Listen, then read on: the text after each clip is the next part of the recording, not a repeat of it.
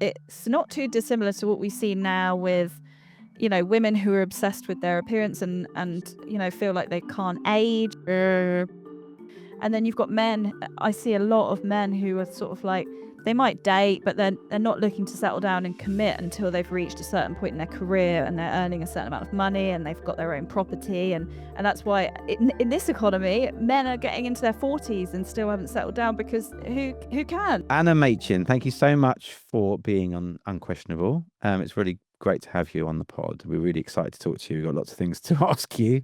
But for our listeners who don't know, who might not have heard of you, don't know who you are, could you just tell us a little bit about yourself and what you do?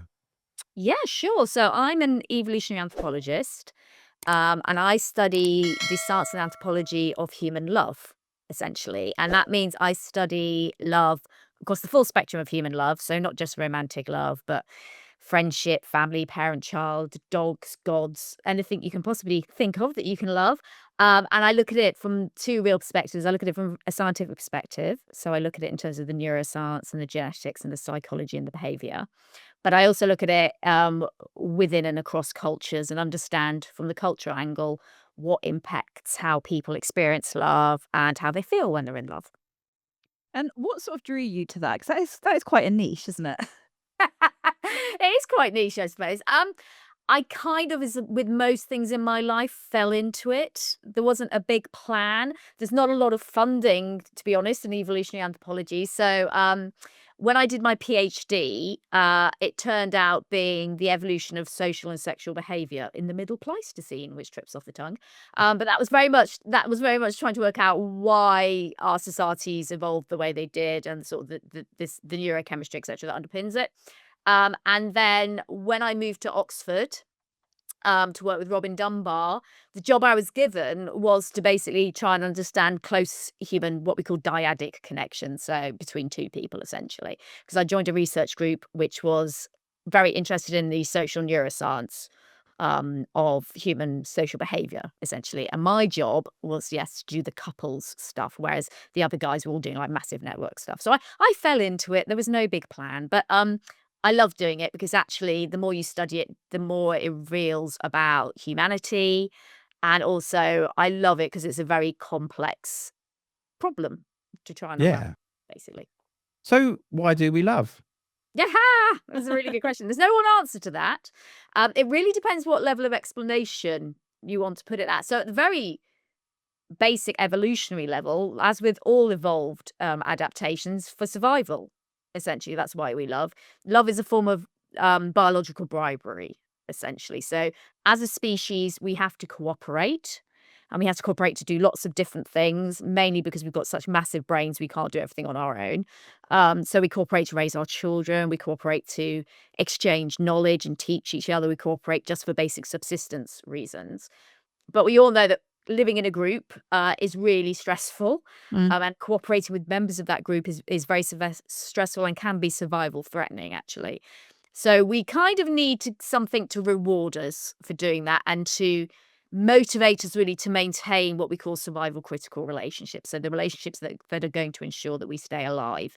And that's basically what love was in the first instance. Has evolved to, it's a set of neurochemistry that motivates and rewards us for doing that very difficult thing. I mean, obviously over time, the answer to the question why we love has become much, much more complex, particularly in humans, because as ever, we always have to over egg everything. But at the most basic level, it's about survival, essentially. That's so interesting and so depressing as well, really. It is when you boil it down to that very basic level. I mean, the wonderful thing about that neurochemistry is that it has the power to obviously make you feel amazing. It also has the power to make you experience great pain. It has the power to motivate you to do things that you would never, ever do if you weren't in love with somebody. So it has huge power. And obviously in humans, it's created art and literature and poetry and all of these wonderful things. So even though we can reduce it down in a very cold, hard scientific way to a set of chemicals, we have developed it and it has evolved into this very, very complex phenomenon. So when you say, love is essentially like a chemical cocktail in the brain, what are the sort of main ingredients of that cocktail, would you say? So there are four main chemicals which come in and out of importance depending on what stage you're at. So we've got oxytocin, dopamine, serotonin, beta endorphin. And oxytocin and dopamine are important at the start of a relationship. So it is wrong to state that oxytocin is the hormone of love, because it's not. It's the hormone of attraction. And it works to quieten your amygdala, so lowers your inhibitions to starting new relationships, because it takes away that fear, that sapping sort of voice at the back of your head saying you're going to make a massive fool of yourself. Quietens that down, makes you more confident, makes you more chilled. And it also orientates you to what we call social beings in the environment. So it takes away all that extraneous noise and you become very aware of other beings in your environment. But if you just had oxytocin on its own, you might be so relaxed and having such a wonderful time that you actually didn't make any effort to, walk towards the person and strike up conversation. So dopamine, which is your hormone of motivation, does that for you. It kind of knocks the edges of oxytocin a little bit. So that's released when you're first attracted to somebody, and that's released within the first nanoseconds of you clapping eyes upon somebody who you get that sensation of, chemistry, of lust, of whatever it is towards them, particularly romantic relationships. Then we have serotonin, and serotonin is the hormone of obsessive love, basically, because serotonin underpins lots of mental health conditions at a lower level of it. And one of the things it does is it underpins obsessive compulsive disorder. And what's really interesting about serotonin at the start of relationships is whilst oxytocin and dopamine go up, serotonin goes down. And initially that really confused us, because we were like, well, that's not supposed to happen because serotonin is your happy chemical. So why is it going down? And actually we found the answer with OCD, that the lower your serotonin, the more obsessive you are in your behaviors. And you need an element of obsession with this new person in your life at the start of a relationship, because you have to be bothered to coordinate your day with them, to remember to meet up with them, to bother how they feel, to really change even your identity, to incorporate them into it. And so that element of obsession is quite important. And it's why when we are at the start of relationships, you've got a new partner, romantic partner, you stalk them on social media, you daydream about them endlessly, you bore everyone senseless. That's low serotonin, essentially, making you do that. And then, so those three are there at the start and they're doing a cracking job. But unfortunately, particularly oxytocin isn't very good at underpinning long-term human relationships for two reasons. First of all, we grow tolerant to it. So it's not powerful enough to bond us to people over decades. And secondly, it's only really released in any great significant quantity in relationships tied to reproduction. So it's there because it's released in childbirth and breastfeeding. And it's there during sex because of orgasm. But it's not really that powerful in terms of it's not released very much, for example, in your friendships. And actually, the vast majority of the relationships we have in our social networks tend to be our platonic friendships. So we need a chemical that's universal and that can underpin all those platonic relationships as well. And that's where beta endorphin comes in. So beta endorphin is the hormone of love. It's an opiate. So it's like heroin or morphine. And it's released when you interact with somebody you're in love with. And it can underpin relationships for decades because it's addictive, like any opiate is. We don't grow tolerant to it. And it's released in lots of different contexts, which are disassociated from things like childbirth and sexual intercourse. So it means it can underpin all human relationships, whether they be between two people or whether it be, a massive crowd of people. Beta endorphin is capable of doing that.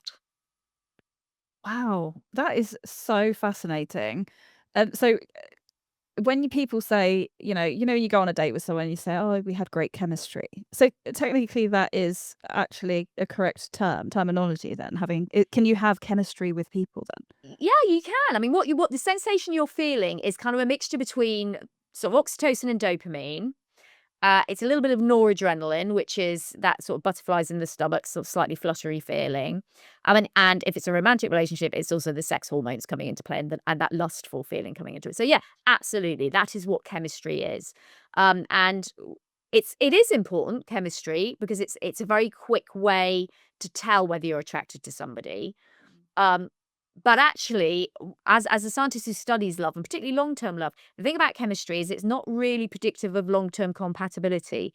And it's not really predictive of whether or not a relationship will actually commence and last a reasonable period of time. So it's actually that chemistry bit is kind of your mammalian attraction mechanism kicking off, because humans have 2 stages of attraction, unlike other animals. So we have an unconscious bit, which is that chemistry bit, which is you take in loads of sensory information about the person in front of you. That sensory information helps you really understand various aspects about them, various indicators about them that tell you, whether they're a good mate for you or not. And if you get sort of the 3 cherries on the slot machine, then dopamine and oxytocin are released and off you go. It's entirely unconscious. It happens really, really quickly, and we share it with all the other mammals. But what happens with humans quite quickly is your conscious brain then kicks in, which other mammals this doesn't happen. And your conscious brain is the thinking bit, and it's going to start saying things like, "Oh yes, gosh, no, they like the same things as me," or "Oh wow, they're incredibly creative, or they're incredibly funny, or I really like their shoes," or "Oh my god, my friends are going to love them, hate them," whatever it might be. And your brain starts to doing that, and that bit can actually override the chemistry bit, the biological chemistry bit, and that biological drive. So human attraction is quite complicated. And ultimately, for long-term relationships, it's actually that conscious bit that's really going to determine whether you end up with them in the long term. And that's kind of why I always say, actually, the brain is the sexiest organ in the human body, because it tells us so much about the quality of the person in front of us. And ultimately, that's what you need to look out for as a human, not actually that very basic sensory information, such as what they look like, what they sound like, what they smell like, which is what we share with all the other mammals. I mean, it's tricky, isn't it? Because I'm just thinking about when you meet people, when if you're dating and you meet someone and you have that initial attraction and chemistry and you get all excited, and then you start to maybe see some red flags and like, oh, actually, maybe we're a bit incompatible, or there's some stuff going on there. And it can feel like a real battle between people say between your heart and your brain, right? But I guess what's really happening is it's between your brain and your hormones, and what's happening there. And we've all had that friend that's in a terrible relationship, and everyone is like, you need to leave them, and they just can't seem to, they're just still so in love and attracted to that person. So I guess it is kind of that internal struggle that's going Yeah. on there, right? Yeah, I mean, as usual, our brains in one sense have made it much more complicated than it needs to be. If we were like all the other mammals, we would just follow our instinctive drive and everything would be wonderful. But because we start thinking about it, that's when trouble starts. And you get that pull between the unconscious brain and the conscious brain, basically. And that's where it can be quite a struggle to determine what's best for you, really. Yeah. Interestingly, what you just said about friendship is true, actually. Your friend can't see whether or not the person they're with is any good for them, but you can. Because there are some areas of the brain when you start going out with someone who actually shut down. And those areas of the brain are the mentalizing area of the brain, which allows you to guess someone's intention, predict someone's intention. It's really, really important in social interaction. So it's particularly important if you need to spot a cheat or a liar or somebody who's not particularly pleasant. Unfortunately, when you're first in love, that area of the brain deactivates. So it's absolutely true. You can see, because your bit's working fine, that this new partner of your friends is absolutely awful, but your friend actually can't see it, essentially. That's so good. I'm sure there'll be so many people listening that are like, oh, that's why. That's why I spent my life going out with the wrong person. Yeah, and you really beat yourself up as well. Like, how did I not see? Like, how could I not but see you that can't person? see. Yeah, you literally cannot see. That's so interesting. And so, when people are out dating and trying to meet a potential mate, they're everything in their body and their chemistry is kind of willing them to do that, because I suppose from a scientific perspective, we need to procreate to keep the species going. So how do we see that kind of manifesting nowadays with the rise of like social media, dating apps? We have an abundance of options, and previously we probably would have been exposed only to the people in our tribe or our community, and now it feels like the dating world is chaotic. I mean, Giles, you've been married since forever, the dawn of time. You were a fetus. and actually, talking about the 3 cherries, I thought, oh, Giles is the prime example of just meet someone and then they just happen to be the perfect person for you, and then and then you also fall in love, and it's like ding ding ding. Beta hormones are like endorphins are coming out. Yeah, Absolutely. Yeah. But for a lot of people, that's not the case, and I see a lot on social media at the moment about how difficult it is now, and like meeting people, everyone seems to have issues. I don't.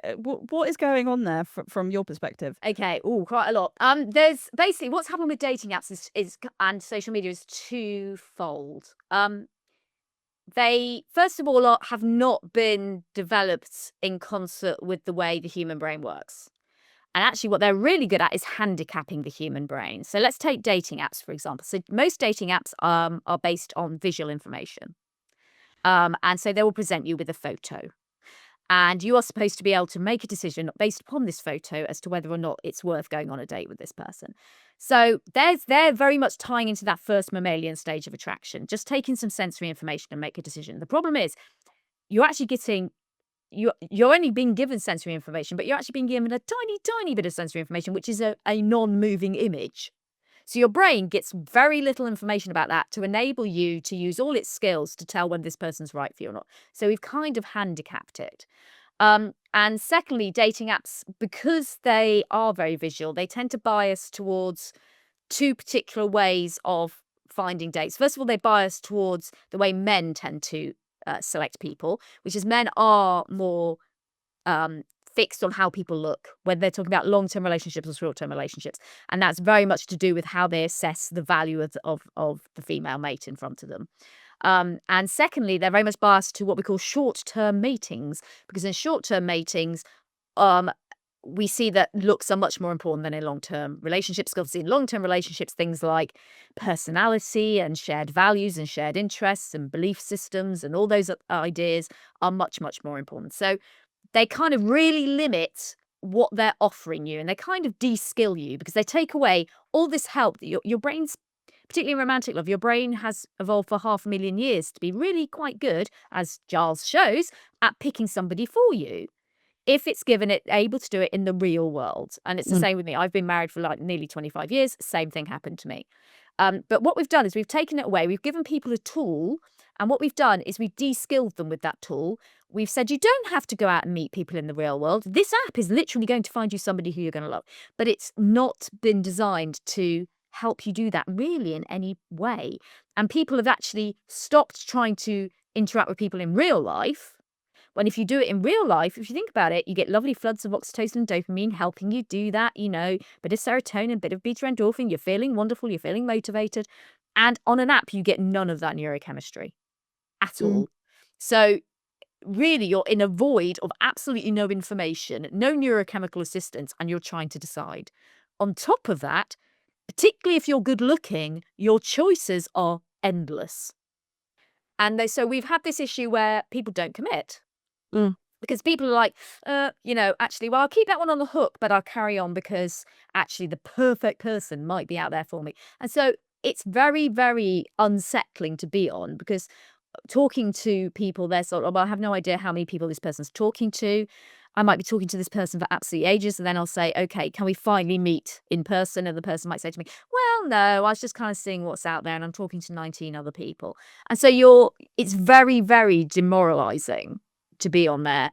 And if you do have all that choice, we have the problem of the paradox of choice, which is your brain has just not evolved to choose amongst that many people. As you said, 100 years ago, basically, your choice was maybe the people in your village or your town.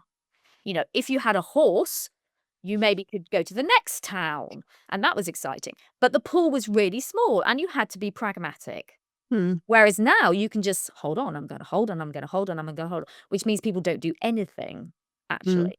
So it's really caused rather a large mess at the moment. And certainly the people who come to my public talks are a lot of Gen Z people who have been sold the con, really, that this is a tool that's really going to help you, when in fact it's how they're designed at the moment isn't going to help them. And they've actually lost the ability to do it in the real world, because they actually say to me, how do you date, or what they call old-fashioned dating, which I love because it makes me feel about that how do you date in the How do you talk old-fashioned to way? people in real How life? do you talk to people? How do you approach people in a bar? Because they just don't, they've never done it. And that's the problem. I mean, apps are not going to go away because we don't go backward in terms of technology as humans, but they are going to have to be re-engineered to take into account how the human brain works and really try and work in concert with that. So be a tool that really assists people rather than, undermines their confidence, frustrates them, demoralizes them, which unfortunately is where we are today, and actually why the data on particularly the very large dating apps is that they're losing users left, right, and center. So really, they've been very driven by what can we do from a technological point of view rather than what do humans actually need, and that's the problem. Yeah, I mean, there is kind of, well, we've spoken a lot, especially on this podcast, about the kind of loneliness epidemic. And I suppose people not getting into relationships is probably not helping that, I would imagine. So, in terms of people staying single for longer, and, in terms of society, things have changed anyway. Like women can now work and support themselves, and women don't necessarily need to go out and find a partner and get married. Often starting families later as well. Yeah. And not at all in some cases. Yeah. I read somewhere that women now are having more children in their 40s than sort of teen pregnancies, which used to be quite high, and stuff like that. And is this a good thing? Is this a bad thing? Like, what's the data showing in terms of our mental health and our social constructs and stuff like that, in terms of falling in love? Do we need to fall in love, or do friendships and the relationships that we have around us, or even pets, will that ever replace romantic love, or do we need romantic love? Arguably, no, you don't need romantic love. I think we have a belief in, particularly in the West, which isn't shared by other non-Western cultures, that romantic love is like the pinnacle of love. There's some sort of hierarchy, and romantic love is the most beneficial and the most powerful love. It's not true, actually. That it's a flat spectrum. You can basically, so answer your question, no, you don't need romantic love. You need some form of love in your life. And you can choose that to be with your friends, with your dog, with your God, with your family, your kids, whatever you want it to be. And so the reason why we've got an epidemic of loneliness, I think, is partly because people are trying to maintain their relationships at a distance through digital media. And that causes relationships to decay much more quickly than they would do in the real world. But also, again, like with dating apps, when you interact with someone on social media, you don't get any of the neurochemistry. You might get a little bit of dopamine, but you're not getting the essential things like oxytocin and particularly beta endorphin. And so that has an impact on your mental and physical health, because we know that now that the nature of the relationships you have in your social network is the biggest factor in your mental and physical well-being, your longevity, your happiness.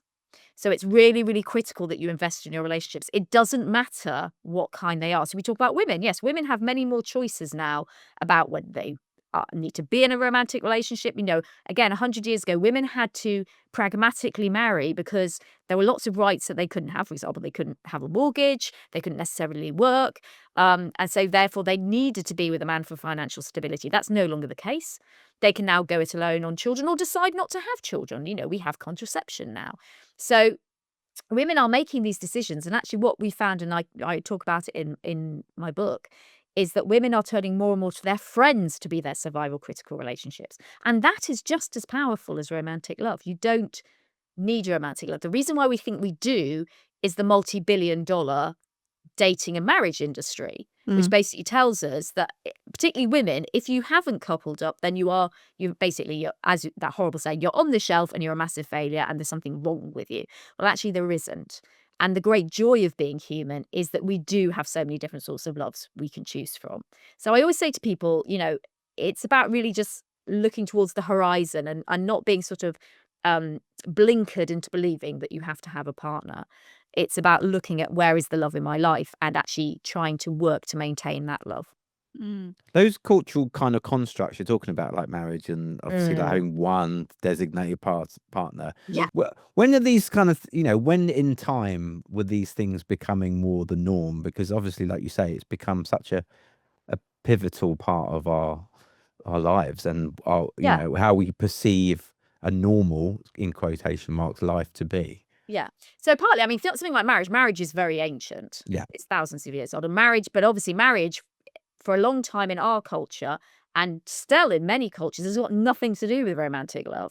It's to do with the joining together of two families in many cultures, the joining together of two economic powerhouses. It's joined to two political systems. It's in many cultures, it's got nothing to do with romantic love. And actually, particularly in cultures where we have arranged marriages, to actually be romantically in love with your partner before marriage is seen as a very bad thing.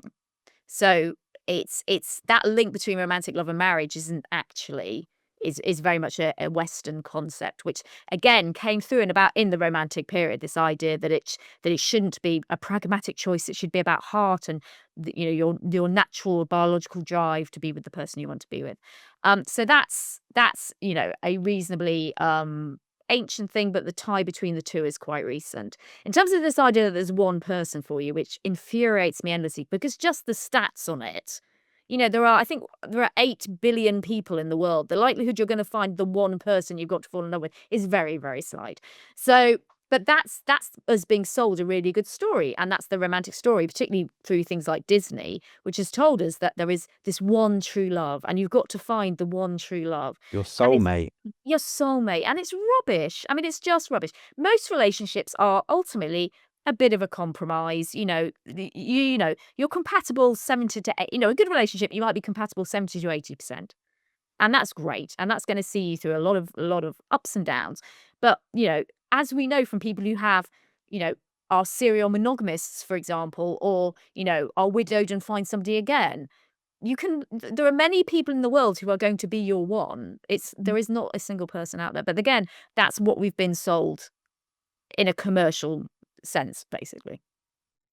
Yeah, so true. And I don't think that's really helping now when you pair that sort of romantic idealization and I can only be with one specific person, and tie that in with the social media / dating app world, where then you're going through hundreds if not thousands of people, like swiping, like no, they're not my Yeah. person. It's become, yeah, absolutely insane really when you think about it.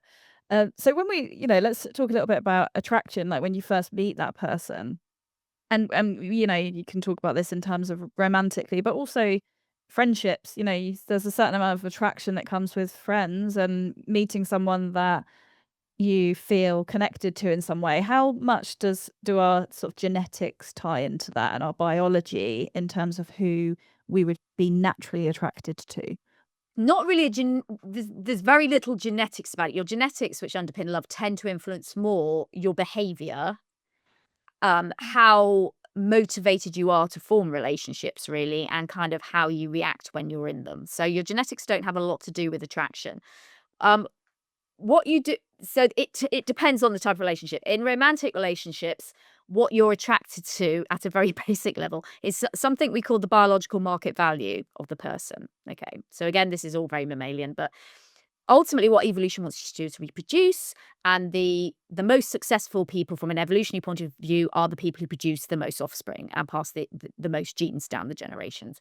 And what denotes how likely you are to do that is your likelihood of reproductive success. And the likelihood of reproductive success depends upon whether you're a man or a woman in terms of what's important. So if you're a woman, as we are the ones who end up pregnant and carrying the baby and breastfeeding and all that, our health and our fertility are the most important things, because they are the things that really denote or control or influence how likely we are to be reproductively successful. So your biological market value as a woman is very much based upon indicators of your health and well-being and on your fertility. And so a lot of them are visual, which is why men tend to prefer visual cues. So they're things like your waist-hip ratio. So the ideal waist-hip ratio is 0.7. That's the hourglass. It's got nothing to do with dress size. It's to do with proportion. And that's universally the most attractive because it has a very strong relationship to general good health, but also fertility. So that's why it's attractive. So as a woman, those are the sorts of things you're going to be looking at. In a man, and just bear in mind this evolved 500,000 years ago, it's not very feminist, is basically what he brings to the party when it comes to children is obviously some sperm, but I'm afraid, guys, sperm isn't very costly. What you're actually bringing is you're bringing provision and protection. And so therefore, for men, it's about looking for indicators of provisioning and protection. So it's a lot about looking at what's his social standing, what's in particularly in Western cultures, what's his financial standing, but also body shape matters. Is he reasonably fit so he can protect? Does he have indicators of reasonably high circulating testosterone? Because testosterone is tied to financial and social success, for example. And what happens when you lock eyes with someone across the room is all that sensory information you've taken in is calculating in an algorithm in your head what this person's biological market value is. We're very good at it.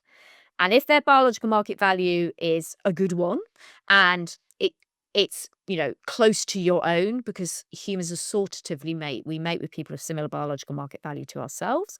Then that's when you get that kick of dopamine and oxytocin and you become attracted. With friends, it's slightly different. You're absolutely right. There is an attraction to friends, that friends bring something very different to our lives.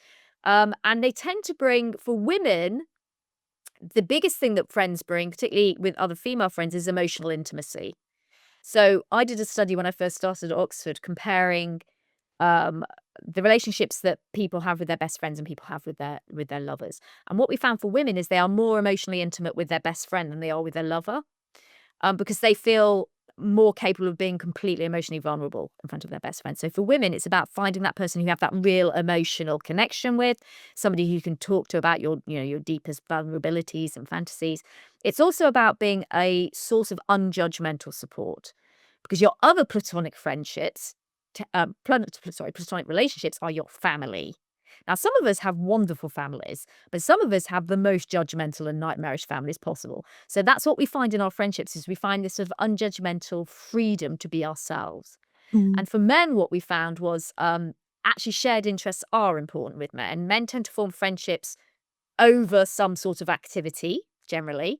But they like their friendships because they are this source of space and lack of judgment and humor and freedom and all these sorts of things. So how we pick our mates, our friends, is slightly different, basically. But they are all forms of attraction, because attraction isn't about sex. Attraction is about being drawn to somebody for some reason.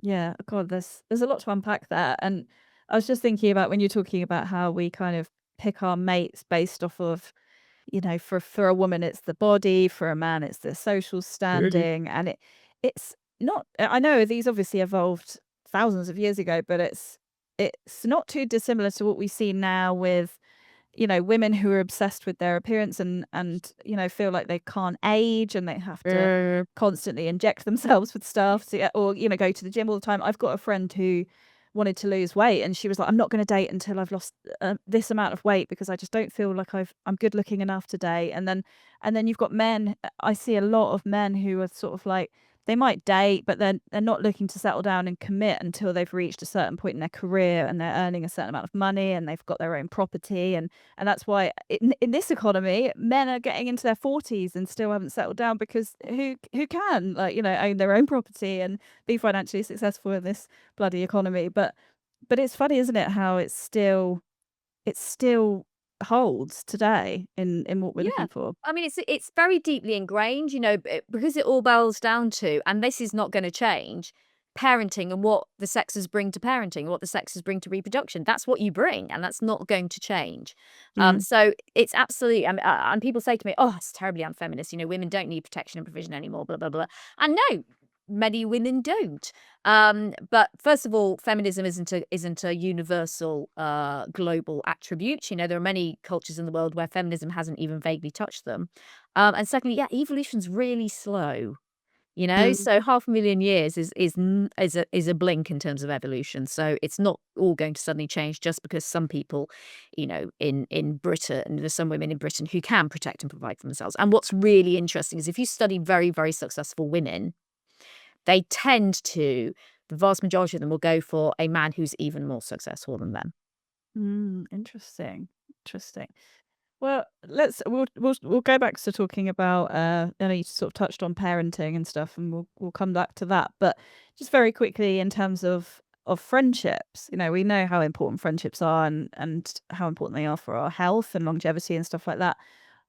We've been seeing a lot nowadays about these sorts of AI companions and people using ChatGPT as like a friend or even as like a therapist and stuff like that. What are the ramifications of this? Is it possible to have real friendships with a Sentient things. computer? Yeah. Where AI stands at the moment, no, it's not. The basis of the biological and psychological basis of human relationships is incredibly complicated. And there is no computer on earth at the moment who can mimic it. And actually, arguably, I'd say there never will be. Um, no, it's not. It's not good. And I actually recently posted something about this on Instagram about, there's some questions you need to ask yourself, because there are certain things that are the basis of human relationships. And if you take them away, ultimately you're going to suffer. So, the first questions you should ask yourself when you're interacting with this AI chatbot is there going to be the opportunity for touch or eye gaze? So the basis of all human relationships is touch and what we call eye gaze, which is not staring somebody out, but it's an appropriate sharing of eye gaze between each other. It's a very gentle behavior, but actually it's very, very powerful in terms of releasing neurochemistry. So is there going to be that opportunity? If the answer is no, then you're immediately in trouble.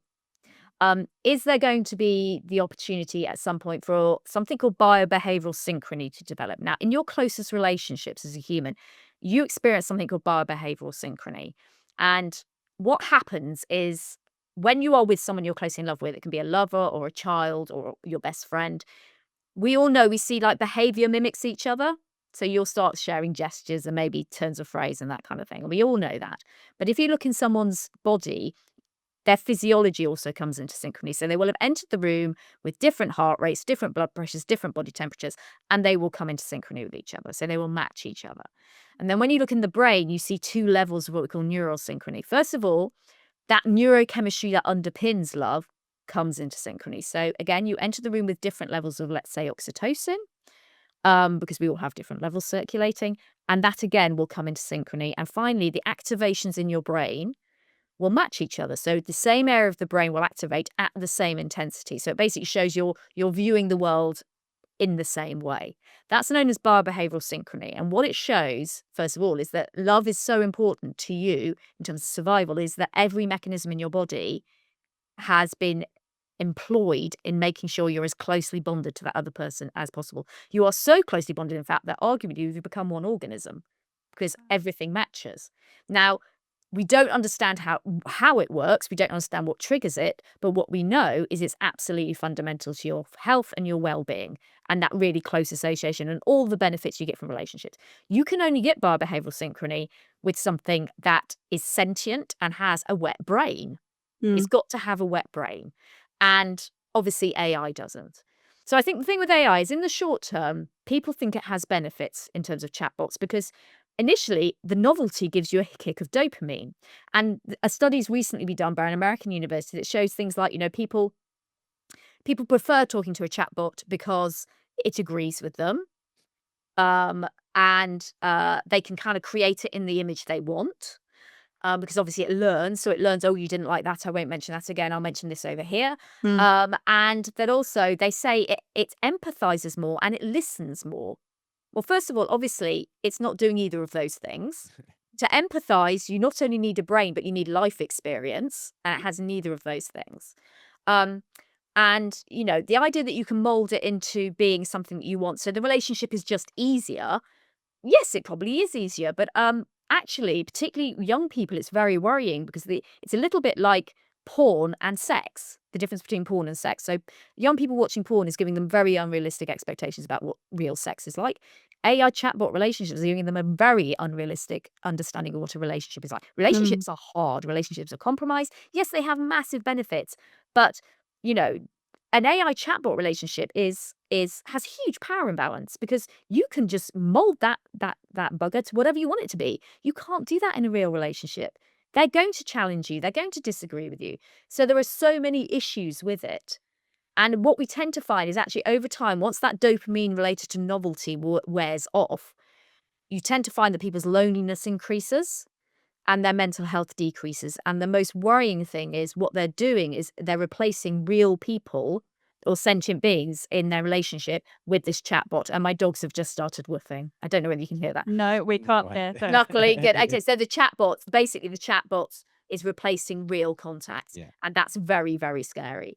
But I think the problem we have is we've got into this idea with social media that technology helps us with our relationships. It helps us handle them efficiently, for example. and it helps us, handle lots of relationships at once. And we know that social media, unless it's managed very well, is detrimental to your relationships. And we have to get the message out there about AI as well. AI has lots and lots of benefits in lots and lots of ways, but bringing it into what I call your intimate relationships with your family, your friends, your lover, whatever it is really dangerous. Oh God, absolutely. I wanted to ask you about love languages. Yes. Because there's this thing, obviously people go, "Oh, what's your love language?" And you go, "Oh, Mm. well, I love physical touch and I love being given gifts." Yeah. Is this again something that we've just kind of has been created by Hallmark, or are there certain things that we do particularly like more from the opposite sex or same sex if you're in that kind of Yeah. relationship? I'm not a massive fan of love languages because I think it oversimplifies a lot of stuff and it categorizes lots of behaviors into neat little boxes, and that's not really how it works. They're kind of a helpful shorthand to be able to say to people, yes, how you read that somebody loves you can differ between different people. So you might think love is, yes, somebody giving you a gift, and your partner might think love is you giving them a hug. And therefore, if you're not meeting those expectations, that can cause a problem. And it's much better to have the conversation and be aligned about, okay, actually love means this. And that is, but it's kind of like quite a small factor. And what's happened to it is what's happened to a lots of bits of research about love is people have kind of locked onto them and decided that that's the answer. And I'm afraid it is partly to do with social media and so-called experts on social media saying, you just have to understand this bit and your relationship will be fine.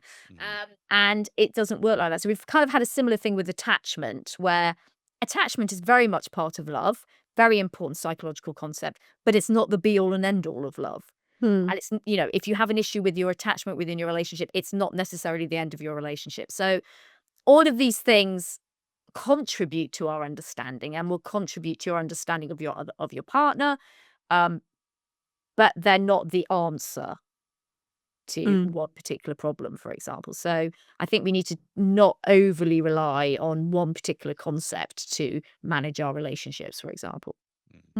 Yeah, and I suppose biology is one thing, but we all have different upbringings, different we were all parented in a different way, in a different style. So I suppose it's the sort of age-old nature-nurture debate there. Yeah, absolutely. And that's one of the things when people say to me, what is love? I actually say, well, we can't define that very easily. But what I can tell you is it's got two dimensions. It's got a biological dimension, which is the genetics and the neuroscience and the psychology and the behavior and the physiology and all that kind of stuff. And then there's this other one that we call the cultural or sociological dimension, which is just as important, which is things like, your politics, your religion, what your family told you love was when you grew up, your media, how you were taught at school. All these things come together to also really influence what you think love is and how you should feel in it. And actually, one of the most interesting parts of research is asking different cultures to define romantic love because they all come up with a different answer. Because it's very culturally prescribed romantic love. It's actually a cultural construct. And so you get some very different, we in the West think it's this wonderful, positive, euphoric, amazing, oh my God, it's all going to be wonderful. You go to some countries and they say, well, actually, they see it as quite a negative thing because it's all about self-sacrifice and subsuming your own needs for somebody else's. So it can actually be seen as quite a negative thing. So it's really interesting the influence that upbringing and culture have on what you think love is. Well, let's talk about upbringing and parenting. I think parenting from the perspective of the mother and why one would need to love their child is pretty obvious. Let's talk a little bit more about fathers and how parenting and having children impacts from a father's perspective and also from the child's perspective. It's something that I've always been really fascinated by because as a woman, when you have a baby, you're growing that baby inside you. It's very obvious what your body then needs to do. But from a man's perspective, you're kind of watching it unfold, and somehow. I think this bit's for my benefit, is it? Yeah, and all the male listeners have as well. But you kind of obviously you play your part in making the child, and then you kind of watch it grow for 9 months, and then it's born. And I've always wondered how it feels as a man to watch a child come out and go, well, I know that is mine, but it didn't come out of me. So I'd love to know from your perspective what is that about? What is that about? Well, I'm sure. I mean, I don't know whether Giles has children, but I'm sure he I has. do. I have two You chi- do. two Okay. two Well, I'm boys. sure Yeah. Giles could answer that question for you, but I can answer it as a scientist. So yeah, we have this a bit of a myth in our culture that that it's only mothers who are changed by pregnancy, childbirth, all that kind of thing, because obviously it's a really obvious physiological process full of hormones. So obviously everything's going to change. And actually, over the last 20 years since I started researching fathers, we found out very much that men undergo nearly identical brain changes and very similar hormone changes will have the same effect, basically the same end Wow. point. And that men go through those changes, not as a result of pregnancy, obviously. They go through those changes as a result of partly if they cohabit with the pregnant woman, but particularly following birth through interaction with the child. So men, for example, in terms of hormone changes, they see a very significant drop in testosterone. And that's prepping them to be more empathetic and more motivated to care for the child. They see increases in oxytocin. They see increases in what we call the parenting hormone prolactin, which again are all about motivating the dad to care for this child, to input into caretaking. We see an increase in something called vasopressin, which in other mammals is about defense of the nest, but is all about sort of risk detection and things like that in human fathers. We also see identical changes in the brain. So both mums and dads go through quite significant brain changes in about the first 6 weeks of their child's life. And those are basically about pruning back the areas of the brain which are going to hinder parenting and promoting and increasing grey and white matter in those areas of the brain which are needed for parenting. So we see increases in grey and white matter in areas linked to nurturing, linked to empathy, linked to risk detection, and also things like, problem solving, attention, planning ahead, all those sorts of things. So we see these really significant changes in the brain. So actually, fathers are as biologically primed to parent as mothers are, which as an evolutionary anthropologist doesn't surprise me because human fatherhood is very rare in the mammalian line. So there's only 5% of mammals have fathers who stick around, what we call investing fathers, and we're the only ape. And Wow. anyone who studies evolution knows that evolution doesn't really leave things to chance. So over time, it's selected for those men who are susceptible to these hormone changes and are susceptible to these brain changes to make sure that they are given as much of a head start as mum is, essentially. So whilst it looks like there's not a lot going on, there is a hell of a lot going on underneath. Also, we see massive psychological changes in terms of identity. And all of those add up to actually prep the man as much as the woman to actually be good at this. And we also know, even though obviously he's not carrying the child, things like scans are very important in terms of starting to bond with the baby prenatally. So we do see evidence of prenatal bonding as well. I think just like things like naming the child and things like coming Yeah. up with names, it's all these kind of things that help you, Exactly. helping with the nesting and all that kind Absolutely. of. They Yeah. are all preparatory exercises, and they all are changing your psychology and your biology as you're doing them. So, I'm very passionate about busting many of the myths we hold about fathers because generally they're wrong, and they're unhelpful, to be honest. And the first one of those is that men just are left unimpacted at all by having children. In fact, if we did look inside their brains, if we looked inside their brains, as that baby was being born, if we were we wouldn't do this, but if we were able to draw blood from them during that moment, we would see a hell of a lot going on. And so, in terms of stuff like breastfeeding versus bottle feeding, or Yeah. co-sleeping with the baby in the room versus having the baby in its own room, do you see hormones changing in fathers depending on whether they're helping to feed or sleeping next to the baby versus not sleeping next to the baby and stuff like that? It's not as refined as that. What we do say is these changes are greater if we have what we call a very hands-on father, essentially. And what that means is that, yes, he's very involved in things like feeding, in caretaking, in nurturing, lots and lots of skin to skin, that kind of thing, all those things that produce all the bonding hormones. The more you do that, the more you're involved in the day-to-day life of your child in terms of emotionally supporting them, empathizing with them, playing with them, all these sorts of things, the more significant those changes are. So it's very much a feedback relationship between the biological and psychological changes a man undergoes and the extent to which he's involved with his child. So it's not as fine as things like, having said that, bottle feeding, and I always get hit over the head by the breastfeeding lobby at this point, but bottle feeding is incredibly powerful for fathers, because the one thing that they are very much excluded from is feeding if their partner's breastfeeding. We know if you've been a breastfeeding mother or you talk to breastfeeding mothers, it's a very intense emotional experience in terms of bonding, and fathers who bottle feed find the same thing. As a parent, the one thing you are so focused on is survival. I've got to help this baby survive. And one of the biggest parts of that is I'm feeding my baby, I'm nurturing my baby as I'm feeding them. And so fathers who get to bottle feed, it's a very powerful and very positive experience, actually. Well, having bottle fed our first child, I can adhere to that. But also, my wife breastfed our second child. But you are still obviously part of that Mm, ecosystem, if you want, for want of a better absolutely. phrase. Absolutely. And a really Yeah. important part of our ecosystem. The second, one of the other myths we've managed to bust is that, fathers have no real role in child development. And what we found over the last 20 years is not only do they have a really important role in child development, they have a unique role, which is actually quite hard for mum to fulfill. So actually, they have this separate role to play. And that's why it's so important that we engage them and we support them in being involved. I mean, the one thing I will say at this point is when I talk about fathers, I don't mean necessarily the biological father. I mean somebody who steps up and does the job.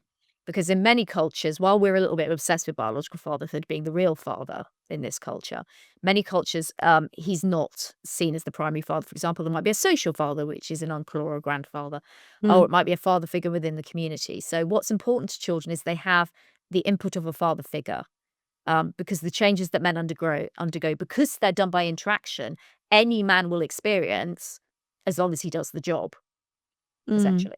So, but it is really important for full developmental experience for that child and input that they have that father figure in their life in some way.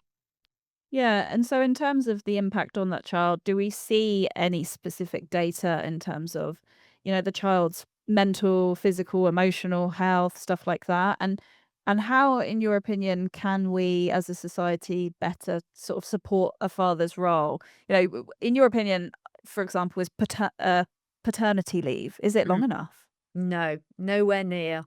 I mean, in an ideal world, I'd push for a year, but we'll never get that. It's at 2 weeks, which is laughable. And if you're self-employed, you don't get anything. Mm. So you basically you're stuck. No, 2 weeks is nothing. The experience of a man who's had a child, even if you manage to get out of hospital the day after your baby is born, so there's been no issues, nobody's been ill, nothing like that. By the time you've got home, managed to really start trying to practically sort out how the hell you do this, particularly with the first child, and you've managed to, maybe learn a few skills like changing a nappy and maybe sterilizing a bottle, you're back at work. Mm. And the big problem for men with that is we know that, particularly with things like um, poor mental health in fathers, but also things like just managing to transition into that identity of being a dad, which is a really major thing. Both men and women have to transition into this new identity. It's linked to competence and how competent you feel. And no parent feels competent after 2 weeks of looking after a newborn baby. You need to have the time to feel that competence. And so, at the moment we're fighting for 6 weeks, which is we're hoping is what we might get. It's nowhere near ideal, but at Mm. least it's better than where we are. So, in terms of what fathers actually input, they have two key inputs which are really, really important. And it's very much based upon the nature of the attachment they build with their child. So both parents build attachments to their children, but they're actually different. So mum's is based on nurture, whereas dad's is based on nurture, yes, but actually on a thing called stimulation or challenge as well. So what fathers tend to do is they use their basis of nurture and the fact that the child feels safe with them to actually push developmental boundaries, to introduce the child to challenge, to introduce the child to risk, to kind of push them out into the world a little bit and say, come on, you're going to have to learn how to do this on your own. And because that's what they do, and because their interactions, particularly when the baby and the toddler is very young, tend to be quite stimulatory, so things like rough and tumble play, they underpin two really key things. First of all, they are the parent when it comes to developing the social skills you need to survive in the world beyond the family. So things like social language development is more powerfully linked to fathers than mothers. Pro-social behaviors, so that's things like sharing, caring, helping. Things that are important like emotional regulation, behavioral inhibition, and things like what we call executive function. Executive function is things like attention, working memory, things like that. They're all more linked to the relationship the father has with the child than the mother. And the second one is because he has this role in resilience building, he is the parent when it comes to underpinning good mental health, particularly in his teenagers and young adults. So we see all of the research shows that it's actually the attachment to the father and the input that the father has into the child's life, which is more predictive of their mental health state as teenagers and young people than mums is. And that makes sense when you look at their attachment. So we see those positives in children who have a really good relationship with their dads and have a really investing dad. And unfortunately, we see the other side of it in children that don't. So, for example, the Centre for Social Justice this year published a very powerful report called Lost Boys, which was looking at boys in particular who don't have a father figure in their life. And the outcomes are pretty terrifying. You are much more likely to exhibit antisocial behavior.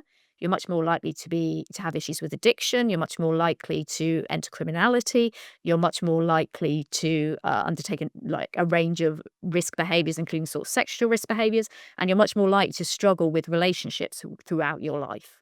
So these are really major negative outcomes for those boys. And we're seeing replicated reports now along those lines. So this is why I argue that we need fathers in children's lives, whatever form they come in. And it's not about saying to mums, you can't do this, you're not good enough on your own. That's not what it's about. Mums bring their own very unique input, which is absolutely critical. But what we've got to understand is the last time a human infant was raised on their own, they weren't even actually human. It was 1.8 million years ago. Since then, our children have evolved to be raised by other people alongside mum. And that's why it's so important. Because ultimately for mum, if we can help her have that father figure in that child's life, whether it be her dad, her uncle, her best friend, whoever it could be that can have that bond with that child, you are helping that child and you are actually also taking some of that burden off that mum. So it's about empowering men, spreading the knowledge so that men understand how critical they are. And there are certain aspects of their children's lives which they can't really put on to mum in the same way. They've got to take responsibility for those areas and take that on board and empower them to do that. Because for a long time, fathers have been told, you're not really terribly important. You're very much a secondary parent. You go off to work, earn the money, and mum does most of it. And actually, that's not how it should work. And if we can get paternity leave, if we can get shared paternity leave, once we've got equality in the home, we get equality in the workplace. So it's good for us women as well. But it's very important that we start to change our narrative that we have about dads, because most of it is based on myths, on cultural constructs, which just don't really help anybody. Yeah, God, it's so interesting when you really put it like that. 2 weeks, 2 weeks is laughable. It's awful. It's basically a flurry. I mean, I don't know whether Giles experienced paternity leave, but it's literally a flurry of like sleeplessness and panic, and then you go back to work. Yeah. Well, with Michelle, my wife, she hemorrhaged with Albert, so she was laid up for ages. So I couldn't really help her as much as I would like to have done. But and then you have to go back to work, and you leave basically a mum who's probably still quite poorly, doing it on her own. Yeah, and that is not good for that woman either. I mean, it's a really ludicrous system that we have at the moment. Yeah, my hope is that in the future generations will be going, in our day, we only got 2 weeks off, then we went back to work in the mines. Oh, well, Anna, it was so lovely to talk to you. Honestly, you're just a wealth of knowledge. It's such a fascinating topic. Yeah, so much has been covered, but we've only scratched the surface. Yeah. We'll have to get you back for a part 2. Yeah. Okay, that's fine. Oh, thank you so much. And just if our listeners want to find you, where can they find you? Where can they buy your amazing books as well? Right, so I'm on Instagram at Dr. Anna Machin, and there's lots of stuff on there. I have a website at annamachin.com, which is full of podcasts and videos and various things. And my books, Why We Love, which is the definitive guide to our most fundamental need, and The Life of Dad, they are both available, on the usual Amazon bookshops everywhere. Brilliant. Oh, thank you so much for your time. It's been brilliant. Thank you. It's been great.